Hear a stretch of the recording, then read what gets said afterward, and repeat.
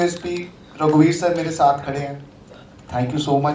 मेरी पहली फिल्म थी, मैंने ही लिखी है और मैं चाहता था कि ये रघुवीर सर ही करें क्योंकि इन्हीं के लिए लिखी थी।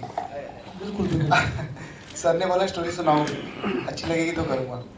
सुनाया तो सर को अच्छा लगा था। वेरी हैप्पी आज मेरे साथ खड़े हैं sir. I am very blessed sir, thank you so much. And most important thing है कि नीरज सर एक्टर है, मतलब प्रोड्यूसर तो बात की बात है।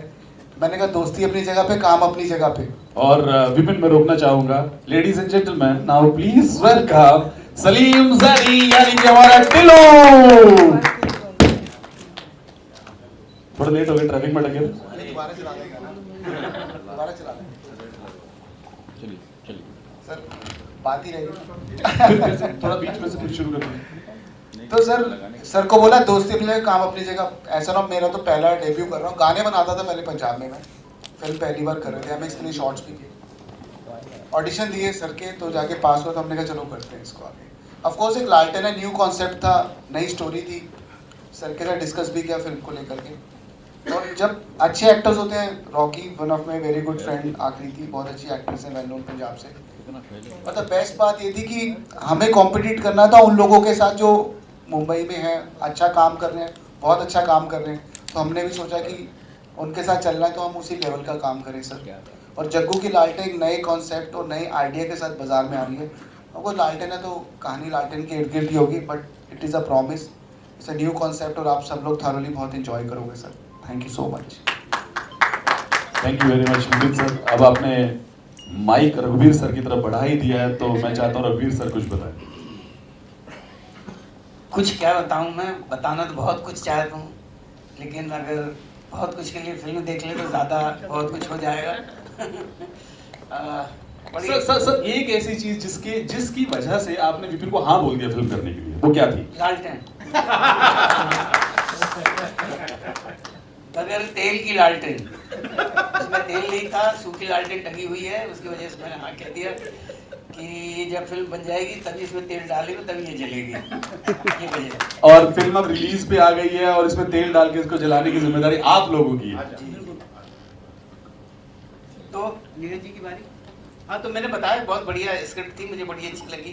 खास तौर पे फिल्म के अंदर जो जज्बात हैं, जो जज्बात की कहानी है, वो जज्बात आप उसमें देख लीजिए कि लालटेन के साथ उस किरदार के जज्बात, जो लालटेन उसके पीढ़ी दर पीढ़ी पता नहीं कब से चली आ रही है, और उसके साथ जो मोहब्बत लालटेन के साथ, बस उसी की कशमकश है इस फिल्म के अंदर कि कैसे हाथ से जाने दे या ना जाने दे, बहुत सारी चीज़ें होती हैं।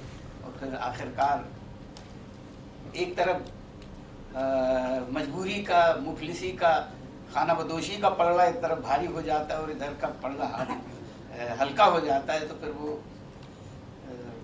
उस तरफ हम चले जाते हैं। हम किस तरफ जाएंगे वो सस्पेंस हम नहीं बताएंगे, वो ना बताऊंगा, बिल्कुल सस्पेंस नहीं बताएंगे ये हम। पैसे अलग से लगेंगे। नीरज सर, जीत जज्बातों की होती है, Yes. बस वही है। जी जी, मेरे लिए बहुत खुशकिस्मती की बात है कि मुझे रघुवीर सर के साथ मुझे काम करने का मौका मिला, सलीम भाई के साथ मुझे काम करने का मौका मिला। इतने मंझे हुए कलाकार, इतने बेहतरीन कलाकार। मैं तो बचपन में बहुत छोटा सा रंगमंच का कलाकार था। काफ़ी समय के बाद मुझे एक्टिंग करने का मौका विपिन सर ने दिया। सर ने मेरा भी स्क्रीन टेस्ट लिया था, ऑडिशन लिया बकायदा मुझसे चलवा के देखा, चल के दिखाओ कैसे चलते हो, आपकी स्टाइल क्या है, बात करने का स्टाइल क्या है। मैं जैसा नॉर्मल हूँ बिल्कुल, जैसा रियल लाइफ में, बस मेरा नेचर ना है इस मूवी में, जैसा मैं रियल लाइफ में हूँ बिल्कुल उसके अपोजिट नेचर है। रियल लाइफ में तो मैं बहुत एंजॉय करता हूँ, बहुत मज़े करता हूँ। इसमें मैं महाकंजूस का मेरे को रोल दे दिया सर ने। मैंने कहा चलो ट्राई करते हैं। बाकी जो ऐसा मुझे देख रहे हो ना, ऐसा मैं रियल लाइफ में भी हूँ, ऐसे यही मेरा बोलने का स्टाइल, सब कुछ एज इट इज़ मिलेगा आपको। मुझे बहुत अच्छा लगा, मुझे सर ने चांस दिया, तो मैं चाहूँगा सर आगे भी मुझे इस प्रकार से चांस दें और आपको देखने को मिले। थैंक यू सो मच आप सभी। देखिए, एक सपना होता है मुंबई, खास तौर पर दिल्ली या नॉर्थ इंडिया वाले लोगों के लिए मुंबई एक सपना, ड्रीम होता है। ये आज मेरा ड्रीम कम ट्रू है कि मैं मुंबई में ऑडिटोरियम में खड़ा हुआ हूँ और मैं यहाँ बोल रहा हूँ, मेरी मूवी का यहाँ पे प्रोमो चल रहा है। ये मेरे लिए सपना था जो पूरा हुआ, और सर के साथ सर का आशीर्वाद मेरे को मिलता रहे, बस मैं यही चाहता हूँ। Thank you so much. Sir media की तरफ से आवाजें आने लगी हैं, ऑल द बेस्ट सलीम भाई, और मीडिया तो हमारे मीडिया का भी आशीर्वाद चाहिए हमें बहुत ज़्यादा। तथा उसको कुछ कहने से पहले मीडिया के लिए कह देता हूँ मैं। हमारे पापा कहते थे बेटा जिंदगी में अगर कामयाब होना है, कहते हैं कि हर कामयाब आदमी के पीछे औरत का हाथ होता है, और अगर कलाकार बनना है तो हर कलाकार कामयाब आदमी के पीछे मीडिया का हाथ होता है। तो मीडिया से हमेशा बना कर रखना। और रही बात फिल्म जग्गू के लालटेन की, तो विपिन भाई का मेरे पास कॉल आया था, बोले सलीम जी ऐसे ऐसे फिल्म है जग्गू के लालटेन, उसमें रघुवीर यादव लीड कर रहे हैं। अरे मैंने कहा भैया अदाकारी का विश्वविद्यालय उसमें अदाकारी कर रहा है, तो उसमें ना तो कर ही नहीं सकते। खुश नसीबी है कि लेजेंड हमारे साथ मौजूद हैं। सच में मेरे पास अल्फाज नहीं है, खुदा दाद नेमतों से माला माल हैं रघुवीर सर। और खुश नसीबी है हम सब की, चाहे वो विपिन सर हो, अपने नीरज सर या रॉकी है, जो भी हम सब हैं। बड़ी बात है कि ऐसी शख्सियत हमारे बीच मौजूद है जिनके लिए अल्लामा इकबाल साहब तक के शेर लिख गए कि हजारों साल नरगिस अपनी बेनूरी पे रोती है, बड़ी मुश्किल से होता है चमन में दीदावर पैदा। हमारे और अंदर की बात ये है, कसम खा के कह रही हूँ, कंजूस सेठ तनख्वाह तो देना रिया था, बोले नीरज गुप्ता इसे कर रहा प्रोड्यूस, बहुत मोटी पार्टी है। मैंने कहा ठीक है भैया, काम करना साथ होगा रघुवीर यादव के और पैसे मिलना है नीरज से। अल्लाह कसम खा कह रही हूँ, ऐसे पैसे मिले कि मैंने कंजूस सेठ के सामने खड़े होकर कह दिया तेरी नौकरी पे लात मारता हूँ। बोला कहाँ करेगा नौकरी? मैंने कहा नीरज सेठ मिल गया, उसके बाद जाके नौकरी करूंगा। Thank you very much. Thank you Salim भाई। Aakriti, the lead actor of our film. Thank you आप सब आए, आपने अपना इतना कीमती समय हमें दिया। That's really precious for us and I am so happy कि I be the part of this movie because of Vipin sir and for sure रघुवीर सर के साथ काम करके एक बहुत कुछ मुझे सीखने को मिला। And I am looking forward कि आप लोगों को सबको ये फिल्म पसंद आए। प्लीज़ देखिएगा 14 अक्टूबर को, प्लीज़ समय हमें दिया। वाह, 14 अक्टूबर को ये फिल्म रिलीज हो रही है। मैं अपने बारे में आपको बता ही चुका हूँ, मैं फिल्म में आपको नेगेटिव शेड से मिलूंगा, पैसे वसूल करता हुआ रघुवीर सर से। सो ये है हमारी फिल्म जिसके बारे में हमने आपको बताया। ट्रेलर हम आपको दिखा चुके हैं, गाना हम आपको दिखा चुके हैं। फिल्म आपके हवाले 14 अक्टूबर को कर दी जाएगी। आप लोगों से ढेर सारा प्यार जो है वो हमें चाहिए होगा। अभी Q&A शुरू करेंगे हम। अगर आपके जहन में किसी के जहन में कुछ सवाल है जो पूछना चाहते हैं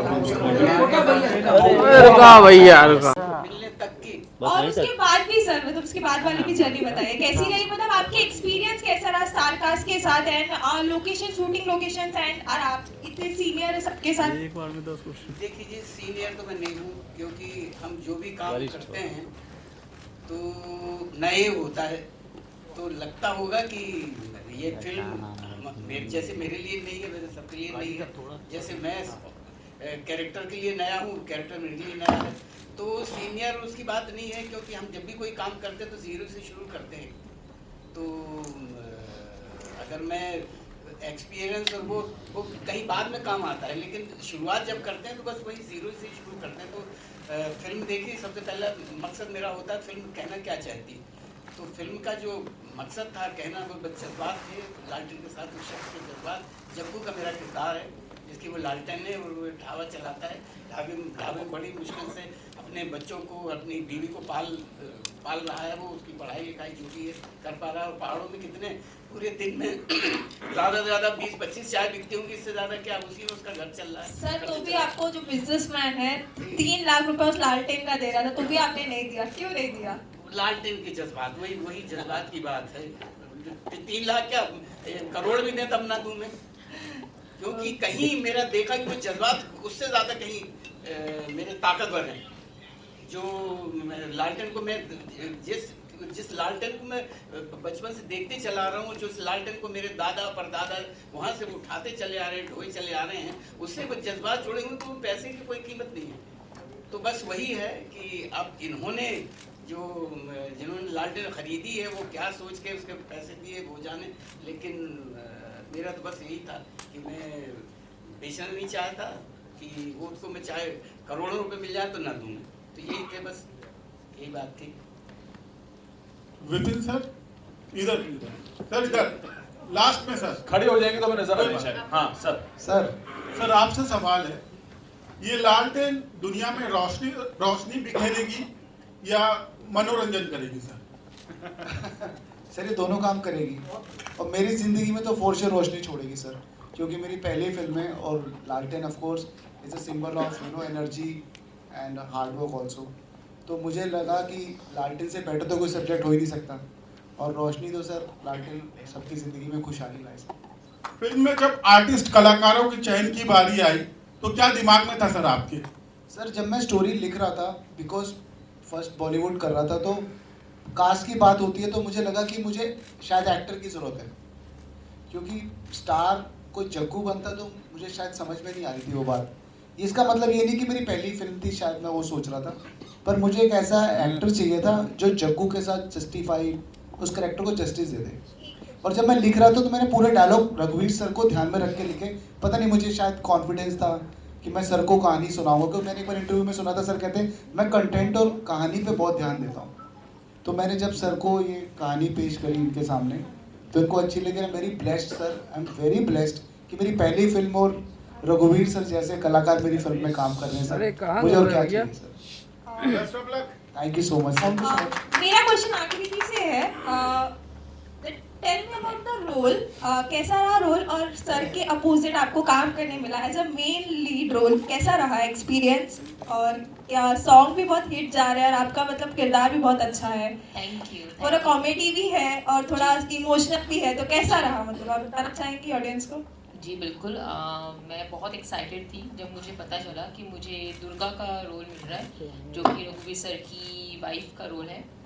स्टार्टिंग में मैं काफ़ी डरी हुई थी, क्योंकि जब विपिन सर ने मुझे बताया था कि आपको ऐसा दिखना है, तो मुझे लगा कि मैं जस्टिफाई नहीं कर पाऊँगी, बिकॉज जैसी मैं दिखती हूँ और जैसा मेरा रोल है वो टोटली पैरेलल था। बट सर ने काफ़ी मेरे ऊपर मेहनत करी है ऑनेस्टली, एंड मैंने खुद भी अपने ऊपर काफ़ी मेहनत करी है, एंड जब आप मूवी देखेंगे तो आपको फॉर श्योर पसंद आएगा। तो आपका फेवरेट मतलब रघुवीर सर के साथ इतना अच्छा एक्सपीरियंस रहा, तो कैसा रहा? मतलब बहुत अच्छा, सर इतने सीनियर हैं, सर के साथ टाइमिंग मैच करना, डायलॉग डिलीवरीज के टाइम पे थोड़ा सा मैं बहुत डरी हुई थी, लेकिन हाँ इनिशियली प्रॉब्लम्स के बाद में सर ने काफ़ी कूल डाउन किया। सर बहुत अच्छे नेचर के हैं, बहुत हमें बूस्टअप करते थे, काफ़ी इंजॉय करते थे। जैसे ही कट होता था सर बोलते थे कोई बात नहीं आकृति, हम वापस टेक लेंगे, डोंट वरी।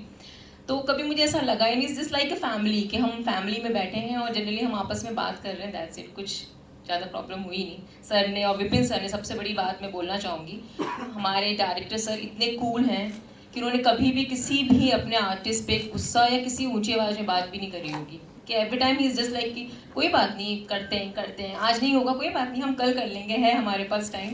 बट ठीक है, बहुत अच्छा एक्सपीरियंस है, बहुत इन्जॉय किया। Next question for Rocky. रुक जा, बाकी लोग भी है। हेलो हाय जी, this is hi. Power from filmy town. मेरा सवाल डायरेक्टर एक सवाल दो सवाल बहुत हो गया ना यार। Congratulation. Thank you so much. नहीं नेहा, आपने थोड़ी देर पहले बताया था कि मुंबई सवाल में आपको बहुत जगह होता है, नहीं दो सवाल होने के बहुत कारण होता आपने है। दिल्ली में दूसरे लोगों को मूवी की भी शूटिंग की है। तो ये मूवी 14 तुमको अक्टूबर करना को आ है, रही है और पर्सनल 14 अक्टूबर को पर्सनल और कई 50 पिक्चरें आ रही है। ऑडियंस में तो दो क्लैशिंग का एक सवाल माहौल बहुत हो गया। क्रिएट होने वाला है, एंड दूसरी चीज मूवी में भी कंपटीशन बहुत होने वाला है। कोई मराठी मूवी से आ रही है, कोई पैन इंडियन से आ रही है, आपकी मूवी, और एक दो मूवी हिंदी से आ रही है। तो ये जो क्लैशिंग हो रहा है या फिर जो कंपटीशन हो रहा है, तो इन सारे सब्जेक्ट को आप देखते कैसे हैं? सर एक्चुअली क्या है, बॉलीवुड और फिल्म सर ये तो समुंदर है सर। मैं इस शुक्रवार को नहीं करूँगा तो अगले शुक्रवार को करूँगा, क्योंकि एक डायरेक्टर नहीं, बहुत सारे डायरेक्टर्स हैं, सब अपने ड्रीम्स के लिए आते हैं सर। आज मेरी फिल्म लगी है, कल किसी की लगेगी। अब पॉइंट ये आता है कि जग्गू की लालटेन सबसे डिफरेंट कैसे है सर। मेरा ये न्यू आइडिया, न्यू कॉन्सेप्ट है, ओरिजिनल है और फैमिली ओरिएंटेड एक फिल्म है। तो मेरी बेटी है 7 साल की, वो बहुत इंटरफेयर करती है। मैं चाहता था कि मैं अपना डेब्यू एक ऐसी फिल्म से करूं जिससे शायद एक ओरिजिनलिटी दिखे और एक मॉरल वैल्यूज़। मैंने सर बोला जज्बातों की कहानी है, वो एक्चुअली में ही जज्बातों की कहानी है। जब वो फिल्म कोई आदमी देखेगा, हरीला का कैरेक्टर बहुत स्ट्रॉन्ग है सर, बहुत मॉरल वैल्यू, एथिक्स से भरा हुआ है। मुझे पूरी उम्मीद है कि लोग उसे देख के सराहेंगे। एक जेन्युइन फिल्म बनाई, ओरिजिनल फिल्म, एक्टर्स बहुत अच्छे हैं, एक्टिंग बहुत अच्छी की है। तो मुझे डर नहीं है कि 14 फिल्में रिलीज हुई हैं, 50 हो रही है, 25 हो रही है। मैंने मेरा काम कर दिया सर, बाकी ऑडियंस के ऊपर छोड़ देते हैं sir. Thank you so much sir. Sir जैसे कि आपने ट्रेलर दिखाया, उससे सॉन्ग भी दिखाया, पैसे को यहाँ ज़्यादा दिखाया गया। जग्गू की लालटेन, ये टाइटल आपने मेरे क्वेश्चन है सर जी आपके लिए ही है। सॉरी। जग्गू की लालटेन आपने ये क्यों चूज किया? कहीं ना कहीं लालटेन तो गायब ही हो गई है। तो वापस से आप लालटेन और दर्शकों में क्या संदेश या क्या कहानी क्या है, कुछ बताएंगे? अभी तो आपने कुछ इमोशनल बोला, लेकिन कहानी क्या है actually? Sir actually of course लालटेन है तो एक लालटेन की कहानी जरूर जुड़ी हुई है। और सर लालटेन आगे 100 साल भी जिंदा रहने वाली है, क्योंकि हमारे किस्से कहानियों में सर लालटेन है और रहेगी। मैं तो कहता हूँ हमारी तो देश की मिट्टी में लालटेन है सर। और ये ऐसा नहीं कि लालटेन जा चुकी है यहाँ से सर, आजकल इलेक्ट्रॉनिक लालटेन भी चल रही है नीचे बड़ी पर लालटेन है, क्योंकि लालटेन देख के आपको एक एनर्जी फील होती है। और सर कॉन्सेप्ट बहुत सारे बने, लालटेन एक न्यू कॉन्सेप्ट था और मुझे लगा शायद इसके इर्द गिर्द एक ऐसी कहानी बनाई जा सकती है जो एक समाज के लिए भी सीख हो सकती है। और ऑफ कोर्स मैं खुद से भी सर मैं लिखता हूँ तो मैं चाहता था कि मैं कोई बड़ी स्टार कास्ट के साथ काम करके सप्रेस ना हो जाऊँ।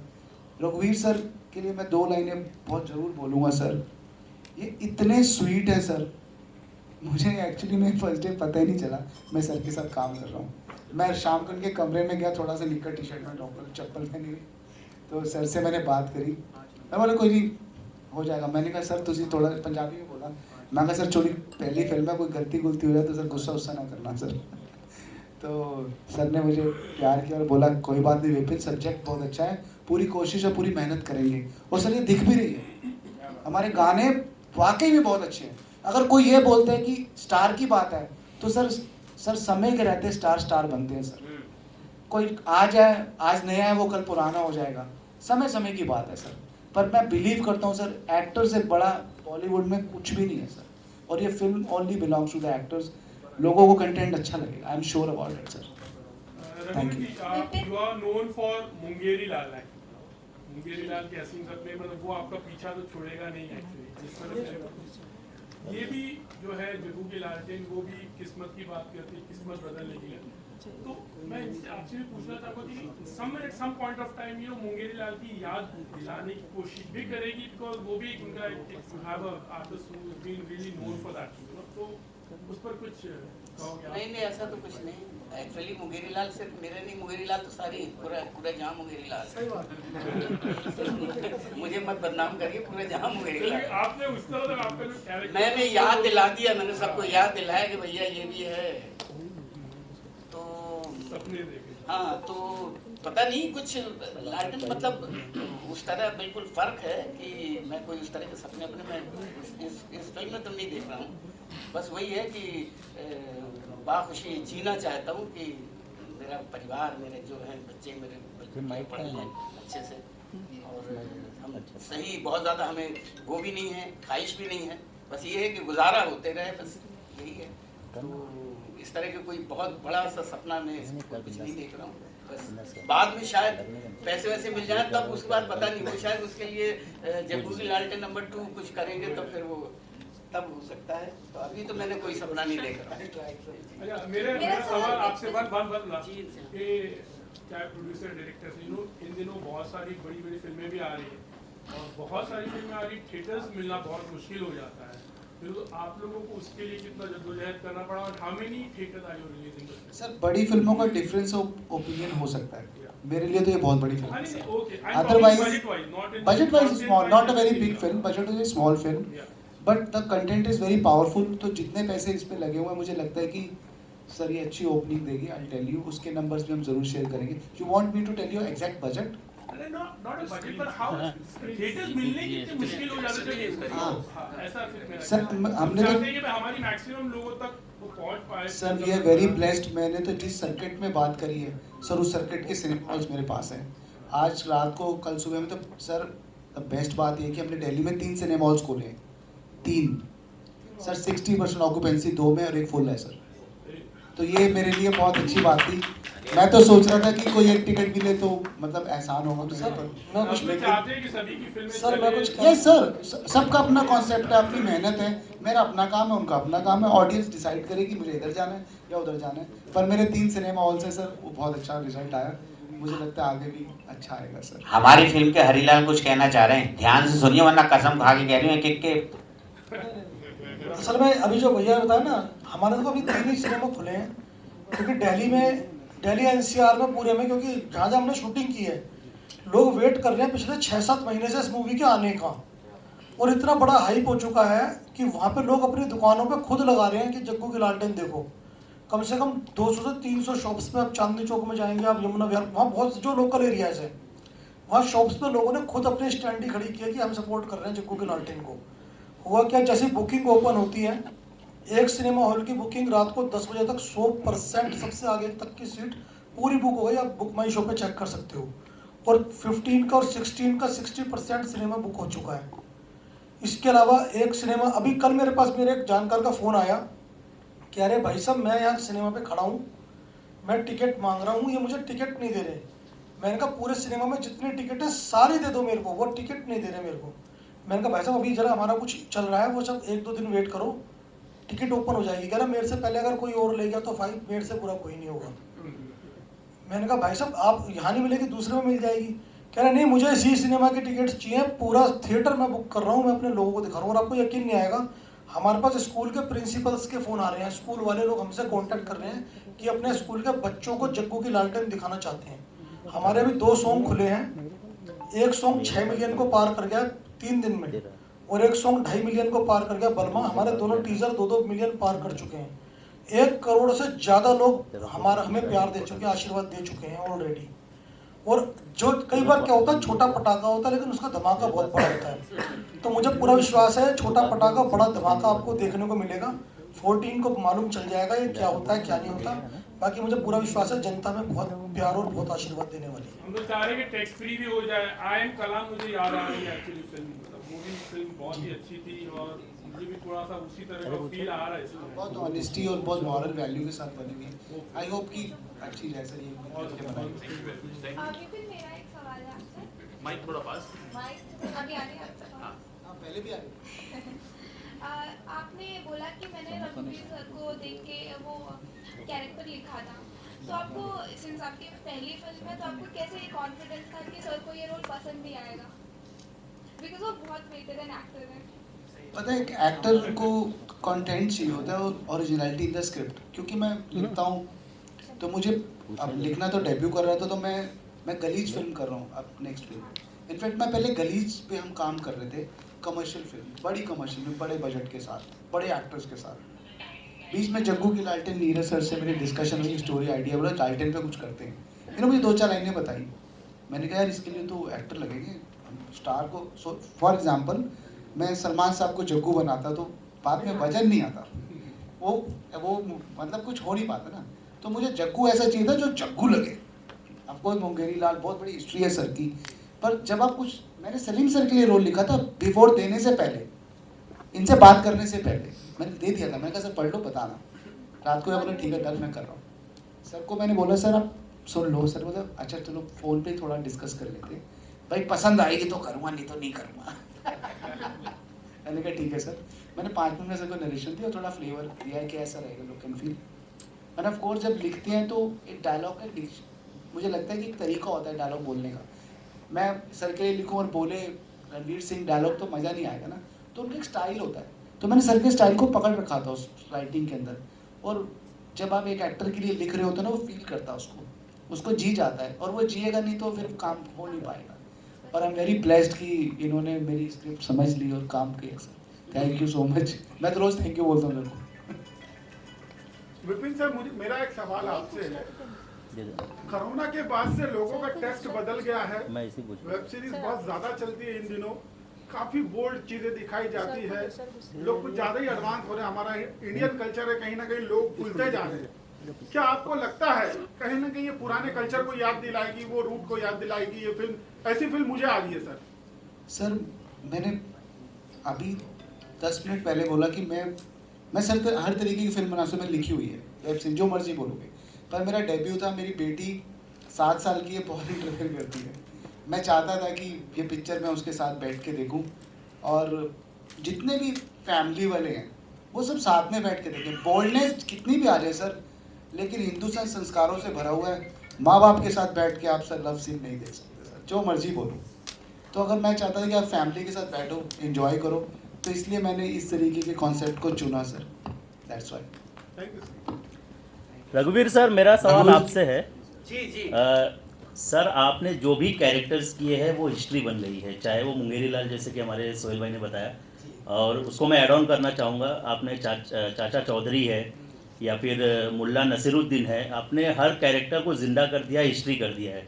जब जग्गू स्टोरी आपके पास आई तो कितनी जिम्मेदारी और कितनी आपके ऊपर जिम्मेदारी थी कि ये कैरेक्टर को किस तरह से चुना जाए, और आपने कैसे हाँ बोला? क्या आपको दिखा उस कैरेक्टर के अंदर कि आपको लगा कि इसे किया जाए? एक तो जग्गू जो था वो पहाड़ों का था, और पहाड़ी जो जज्बात होते हैं भाई साहब, क्या नर्म से होते हैं, आए हाय। तो सबसे पहली कहानी में मैंने पहाड़ देख लिए कि पहाड़ों की कहानी है ये, तो मुझे यकीन हो गया कि हाँ कुछ ना कुछ तो होगा ही इसमें करने के लिए। फिर इनसे जब बात सुनी तो क्या है कि बहुत सारी चीज़ें एक्टर को खुद ही खोजनी पड़ती है, खुद ही निकालनी पड़ती है।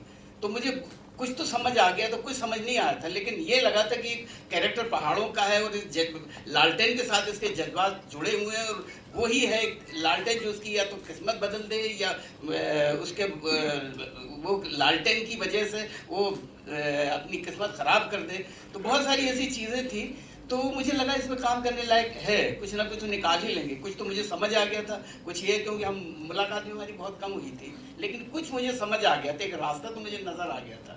तो और फिल्मों में जब भी मैं काम करता हूँ तो वो रास्ता तो मैं ढूंढ ही लेता हूँ कि एक बार सिरा पकड़ में आ जाए, और लगता है कि अगर आपको सही सिरा पकड़ में आ जाए तो फिर डूबने में बड़ा मज़ा आता है। तो बस वही है कि इसमें भी थोड़ी डूबने की कोशिश की है मैंने, पता नहीं कितना डूब पाया हूँ। पूरे 100% आज जितने भी मैंने काम किया कभी नहीं हुआ, मैक्सिमम 55 और 60% तक ही गया हूँ, और 100% आज तक नहीं हुआ मेरा कोई काम। 55 से 60% में कमाल किया है सर ने यार, तालियां एक बार सर के लिए होनी चाहिए।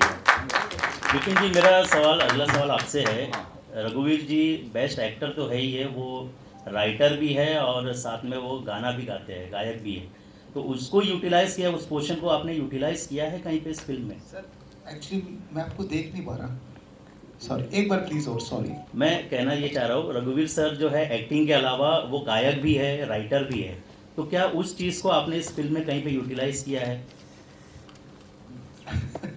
मैं चाहता था मैं यूटिलाइज करूं, पर एज एन एक्टर मैंने सर से गाने की बात भी करी थी, पर वो हम गलीच में कर रहे हैं, अभी मैं बता देता हूं आपको। पर इस फिल्म में as a full fledge as an actor is working with me, that's it sir. Okay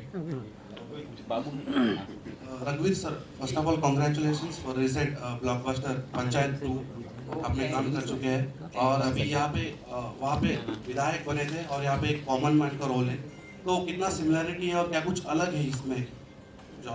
जी हाँ बिल्कुल, ये बंदा अलग सांसें ले रहा है, वो अलग सांसें ले रहा है, बिल्कुल बहुत फर्क है, बहुत फर्क है जी। अगर एक जैसा होता तो शायद मैं या तो इनकार कर देता या फिर कोशिश करता कि हट के हो तो थोड़ा सा मज़ेदार हो जाएगा जी। ये रघु की लालटेन भी हो सकता था। हो सकता है सर, बिल्कुल हो सकता है, कभी ऐसा थॉट आया था एक्चुअली? हो सकता है सर, अगर कोई पहले आइडिया दे देता तो। Thank you very much. Anybody else, किसी और के जहन में कुछ सवाल? Okay, thank you. लालटेन ही क्यों रखा इसका नाम? क्योंकि कहानी लालटेन पे है। नहीं, कॉन्सेप्ट कैसे आया वो कि लालटेन हमको वो ना दिल्ली के नोएडा में ना लाइट बहुत जाती है। मैं बताता हूँ, आप बताइए। श्योर। अच्छा सलीम भाई कुछ कहना चाहेंगे 4 लाइन जग्गू की लालटेन के? हाँ सलीम भाई नहीं। रघुवीर सर, आप तो थे नहीं, 4 मिसरे लिखे हैं, सब समझते हैं कि गायक भी हैं और सिंगर भी हैं, मैं समझता हूँ शायर भी हैं, कि बेचैनियों के दौर में जीना मुहाल है, बेचैनियों के दौर में जीना मुहाल है, हर शख्स ढूंढता है यहाँ अपने दिल का चैन, और वो देखे जिनको चाहिए है ठंडी रोशनी, नीरज जला के लाए हैं जग्गू की लालटेन। थैंक यू, देखिए धन्यवाद। वाह वाह वाह, क्या बात, वो बहर से बाहर हो जाता, वो शायर बोल दिया था मैंने, वरना यहाँ और लोग भी होंगे जो इल्म रखते होंगे, कहेंगे ये तो बहर से बाहर गया मिसरा, इसलिए नीरज जला के लाए हैं जग्गू की लालटेन। क्यों? एक सवाल आप पूछिए। शायद मेरी आवाज आ रही होगी, माइक की जरूरत? जी बिल्कुल आ रही है। मेरा सवाल है रघुवीर सर से। सर आप कमाल के अभिनेता हैं, और इतने कमाल के अभिनेता होने के बावजूद और अपने सफर में इतना आगे तक जाने के बावजूद बेबाकी बहुत कम लोगों में रह जाती है। ये बेबाकी मैंने आपके एक रिसेंटली इंटरव्यू में सुनी है, ये कहाँ से आती है, ये बताइए जरा। जिंदगी से बेबाकी क्या है कि आप एक तो मुझे लाग लपेट वाली बात कभी नहीं आई। मैं बचपन में मेरा ताल्लुक रहा है पारसी थिएटर से। मैं 6 साल बिल्कुल खाना बदोशों की तरह पारसी थिएटर में मैंने काम किया है और हम हर दिन शोज किया करते थे 1-1.5 महीने के लिए इस गांव में, फिर उस गांव में। मेरी शुरुआत वहाँ से हुई है। तो वहाँ जिस तरह के उस्ताद और खलीफे हुआ करते थे, उनकी सोहबत में शायद ये सब रहा है कि भैया जैसा अंदर है वैसी बाहर। जब तक आप ईमान अपना बरकरार नहीं रखेंगे, उन्होंने बगैर माइक की बोला है। क्या बात है। माइक के सवाल किया तो जवाब भी बगैर। तो बस यही है, मेरे ख्याल से पीछे तक आवाज जा रही होगी। थिएटर का मेरा ताल्लुक पारसी थिएटर में क्या होता था कि माइक एक ही माइक होता था और हम ये जो कहते हैं ना कि पारसी थिएटर में बड़े बड़े हाथ और ऐसे बड़े बड़े जेस्चर होते हैं, तो वो इस वजह से होते हैं कि दूर ऑडियंस, पीछे तक की ऑडियंस को मालूम पड़ जाए कि हाँ यहाँ क्या बोला जा रहा है, क्या सुना जा रहा है, क्या कहा जा रहा है, कैसी एक्टिंग की जा रही है। तो बस आपने ये कहा तो मुझे पारसी थिएटर अचानक से याद आ गया। और वहाँ पे ये जो बेबाकी वाली बात की, वहाँ एक पे एक खलीफे लोग थे, उनकी सोबत में बस यही था कि भैया जो आप कर रहे हैं और जो आप सोच रहे हैं थोड़ा यहाँ रखिए, यहाँ से करिए जो भी करना है। अगर आपको यहाँ से करना आ गया तो फिर ये नकल वकल नहीं चलेगी।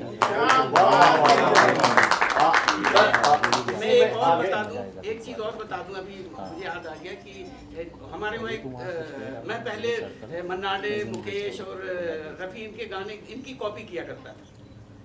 तो कॉपी करके आया था। तो हमारे वहाँ पे एक गेट कीपर थे, सार्जेंट बाबा उनका नाम था, कोई 80-82 साल के थे। तो हम स्टेज वो दिन में हम स्टेज पहले से अभ्यास कुछ कर रहे थे, तो उनको सारे लोग तारीफ कर रहे थे, देखो बिल्कुल उसकी तरह गा रहा, देखो बिल्कुल। वो बड़े चिढ़ गए सार्जेंट बाबा। तो उन्होंने कहा क्यों बाबा आपको अच्छा नहीं लगा? बोले क्या खाना अच्छा लगा? कहते इससे होता क्या है? बोले जब नकल गाएगा, अगर दूसरा जो जिंदा है जिसकी ये नकल करेगा, तो जब वो जिंदा है तो ये नकल करके क्या कर लेगा? बहुत बढ़िया।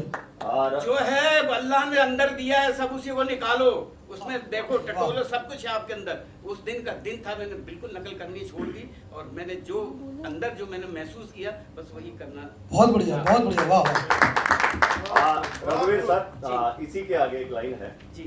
मैं आपसे मतलब शेयर करना चाहता हूँ या कहना चाहता हूँ कि किसी रास्ते पे इतना आगे बढ़ जाना और इतना बेबाक बने रहना, आप कभी पीछे पलट के देखते होंगे, आपकी इस बेबाकी की वजह से एक बहुत बड़ा काफिला है जो उतना बेबाक बनना चाहता है और वो आपके पीछे चल रहा है। आप ऐसे बने रहिए सर। Thank you. नुकसान भी हो जाता है इस बात से, कभी नुकसान भी हो जाता है इंडस्ट्री इस तरह से नहीं, लेकिन वो नुकसान बड़ा मजेदार होता है प्रभु, सच कह रहा हूँ। इससे जब तकलीफ होती ना, आपकी ईमानदारी पे बेबाकी वहीं से आती और आपकी नीयत पे आती है। अगर आपकी नीयत उसमें, अगर आपको तकलीफ होगी, आपकी नीयत तो साफ थी, लेकिन उसकी वजह से अगर आपको तकलीफ हो तो उसमें बड़ा मजा आता है। मुझे तो क्या है, ये जो हम जो लोग कहते हैं ना कि स्ट्रगल कर रहे हैं और तकलीफ, और ये वही तकलीफ नहीं, सच कह रहे, इस दुनिया में तकलीफ नाम की कोई चीज है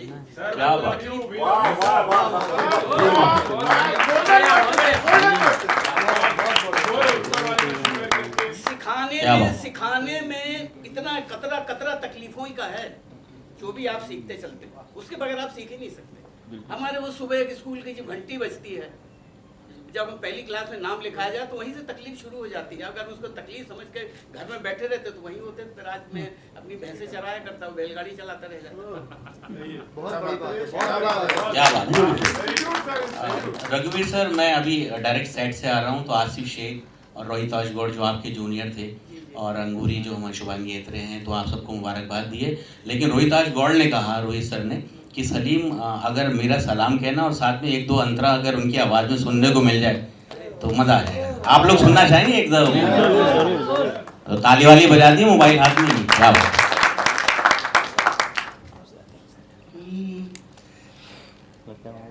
कुछ भी सुना दे रहे जो भी ज़हन में आ रहा है। मैं अक्सर गैर के आगे यूं आंखें बंद रखता हूँ, सबब यह है कि फिरता है जमाल यार आँखों में। क्या बात है। तो लैला ने मुझसे पूछ क्या देख रहा हूँ, मैं कैस हूँ और लैला में खुदा देख रहा हूँ। तुझको खुदा कहूँ या खुदा को खुदा कहूँ, दोनों की शक्ल एक है, किसको खुदा कहूँ।